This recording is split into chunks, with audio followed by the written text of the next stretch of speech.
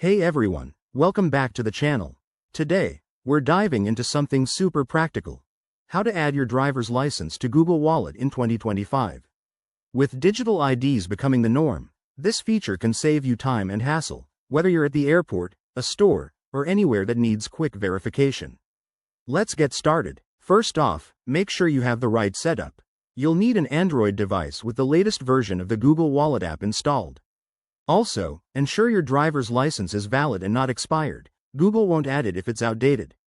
A stable internet connection is key too, as this process involves verification.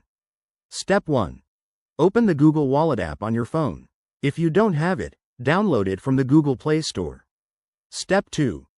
Once inside, look for the Add to Wallet button, usually at the bottom of the screen. Tap on it to begin. Step 3.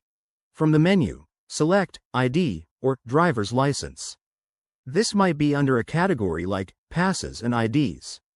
Step 4. Follow the prompts to scan your driver's license. Hold it steady under good lighting and align it with the on-screen frame. The app will capture the details automatically. Step 5. Next, you'll need to verify your identity. This could involve taking a selfie for facial recognition or answering a few security questions linked to your Google account. Don't worry, it's secure and quick. Step 6. Once verified, your driver's license will be added to your wallet. You can now view it anytime in the app.